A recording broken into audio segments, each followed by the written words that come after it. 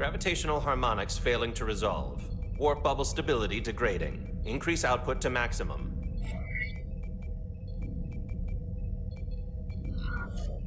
Increasing warp output to maximum. It's happening again.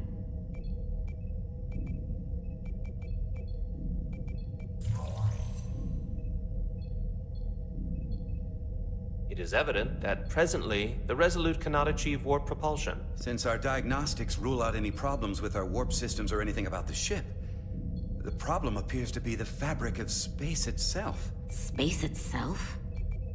You're saying something about this region of space prevents warp travel? Prevents it, or can't sustain it. However improbable, that appears to be the case. We need to know more. Look, if we can't go to warp, we're sitting ducks here. It puts the mission and everyone on the ship at risk. Not to mention, we could all be stuck here together.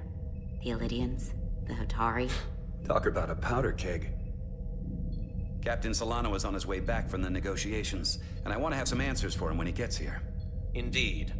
Given the facts at hand, we may be able to deploy subspace probes around the ship to construct a clearer picture of the phenomenon. Around the ship. I'll prep a shuttle.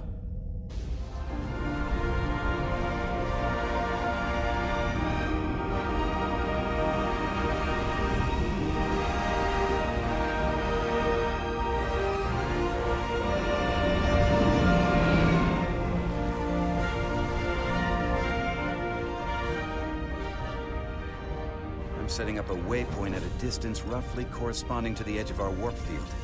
When we get there, I'll deploy the first probe.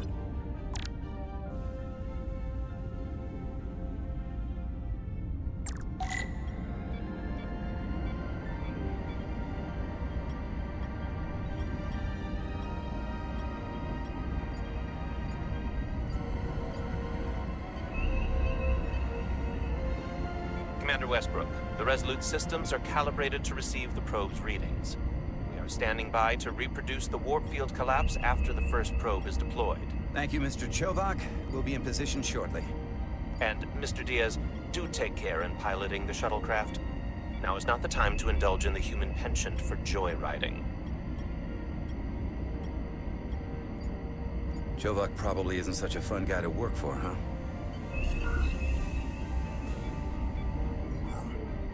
Nah, Lieutenant Commander Chovak's not so bad. You know, once you get used to him. And, I've learned a lot working under him. I have a feeling I'm going to have to work harder to be a political animal like you. With this new first officer coming aboard.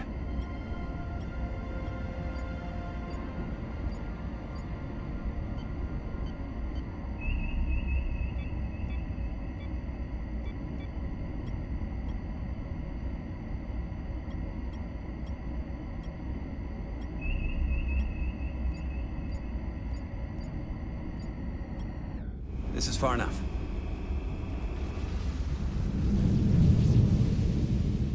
Transporting the first probe into position.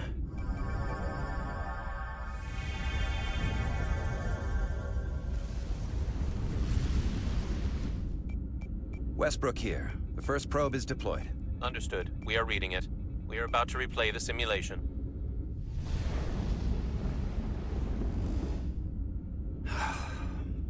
Problem? Don't get me wrong. Things are definitely trending up with Commander Rydek. She's put my ideas into action. And she listened to me when your life was on the line out on the hull. That sounds like a good thing. It is. But I'm still trying to figure out if she's right for the job. She didn't go through what the rest of us did. Still got chosen to be #1. Can't tell if she was actually siding with me. Well, from what I know, Rydek's a real leader. Yeah, that is what we need, isn't it? From a first officer? Sure. Fair enough. Test is running. Warp field collapse in 3, 2, 1, mark.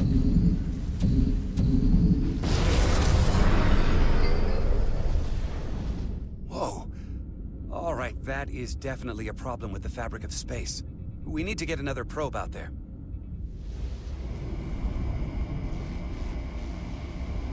With 2 points of data, the Resolute and the probe, we've managed to get an interference pattern. I'm setting a waypoint to a particularly strong area of interference. We'll deploy the second probe there.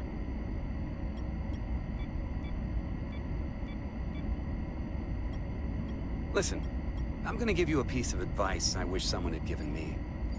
Make sure you're never just one thing. And don't get so focused on what's in front of your face that you lose sight of the big picture. Before Rydex showed up, the captain pulled me into his ready room and told me he didn't think I had the people skills to be first officer. What a load of crap. I mean, if he'd said that about Chovak, sure. Is that why you're being so friendly to me? Politics? That would be clever, but I think you give me more credit than the captain does. You're all right, Diaz. And you've got potential. You're a capable engineer. You're good in the field. Keep up the good work, and who knows? A solid jack of all departments like you could be Commander-in-Chief of Starfleet one day. Hell, Admiral Jellicoe started as a shuttle pilot. And there are places to go in the enlisted ranks, too. Of course, if you get an officer's commission, they'll put you on another ship. You know, I'd be the best leader Starfleet ever had. Lower decks always have to fix all the problems Command causes. Maybe I'd just save everybody some steps. Well, don't forget about us little people when you're running things. Of course not. You gotta remember where you came from.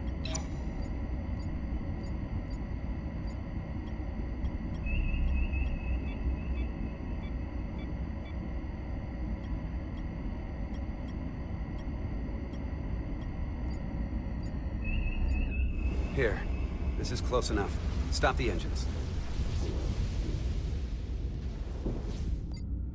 Deploying the probe. Westbrook to Commander Chovak. We're ready for another sampling of data. Very good. Running the simulation again. Warp field collapse in 3, 2, 1. Launch. There it is again. I saw it. It seems to be directional. Well, what about the scans? Anything?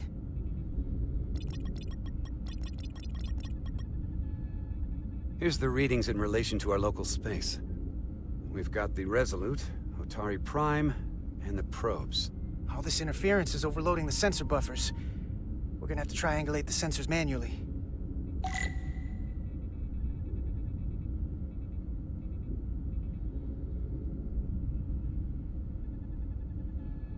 We got something. These markers indicate peaks in the gravimetric interference patterns. Let's see if I can find some more.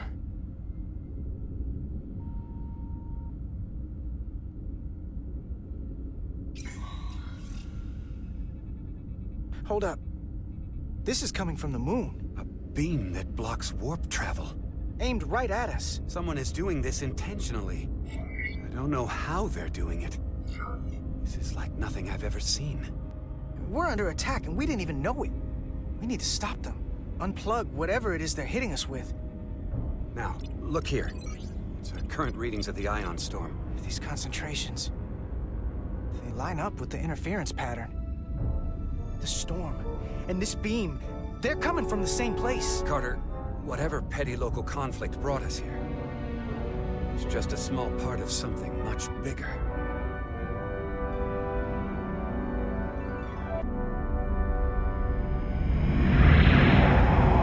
Presently, we don't have an explanation for how they're doing this. But one thing is clear. This is no fluke. Thank you, Mr. Westbrook. I want a full briefing when I'm back on board. Solano out. A targeted weapon that inhibits warp travel. Coming from the moon Tau. That would explain the difficulties my shuttle encountered. More importantly, the tenor of the Hotari during the negotiations. And here I thought the Illydians would be the problem. Coming to peace talks in a warship. This wasn't supposed to be so complicated. We're right to be worried. If they're targeting the Resolute and we can't go to warp, that effectively leaves us at their mercy. Which puts us in a rather difficult position. Especially if they have more tricks up their sleeve. Tylus, the Hotari representative, said she thought they found something in the mines. Galvin and Sidron brought it back to the palace, but they're keeping it under tight security. She's going to investigate it. I gave her my tricorder. I expect she'll contact us soon. You found an ally. Why would Tylus help us? Go behind her people's back?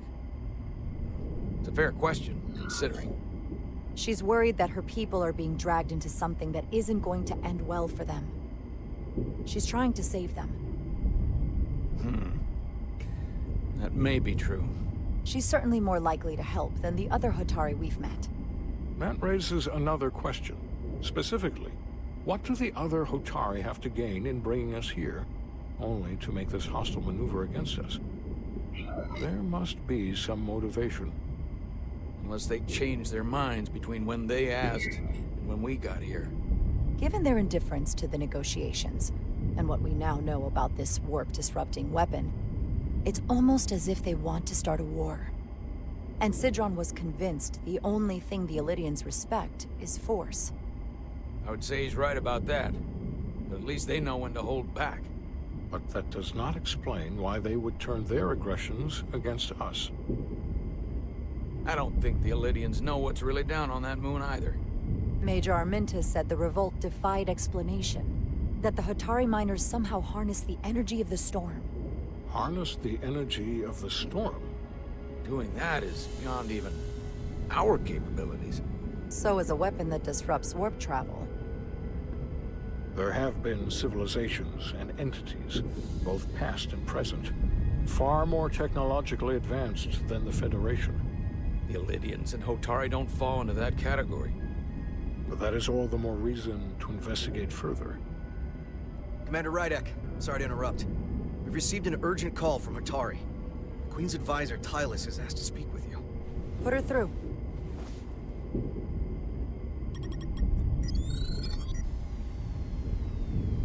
Galvin and Sidron are still with the Queen. I've enlisted help to gain access to the room they have under guard. I don't have much time. I'm not supposed to leave my post. It's only for a moment. I so appreciate your help.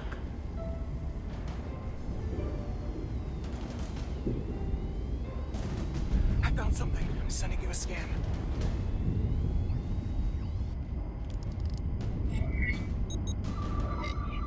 Got it. Tylus, if we needed to gain access to the mines on Tau, is that something you could help us with? I suppose it wouldn't be easy, but I have to go. Tylus. Can we reconnect? Sorry, Captain. We've lost all contact. We can only hope she escaped without harm. It was hard to tell. I'm the one who got her into this. If something happens to her, it's my fault. She's one of the Queen's closest advisors. I'm sure she'll be fine. Assuming the Queen isn't part of this. Let's see the scan of whatever the hell that was.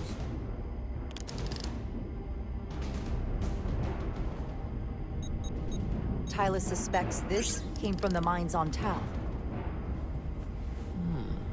It appears to be of ancient origin, but the markings are unfamiliar. We can run a full analysis when we get back to the Resolute. But if this came from the mines, then it might be the key to how they got the upper hand against the Illidians. Then we have to go into the mines. The Federation would not allow that. We were, after all, sent here to be a neutral party in a peace negotiation. However, we could demonstrate that the Hotari have acted in bad faith, which would enable us to investigate the mines on Tau with full justification. But of course, we would need conclusive proof before taking action. Otherwise, it could put us in a difficult position. If this warp disruption attack isn't enough justification, I don't know what is. We have every right to defend ourselves. In due time. I don't want to escalate this without a better idea of what we're getting into. We may have a better understanding once we analyze the device. But a mission to the mines, covert or otherwise, is not out of the question. And I will handle the Federation.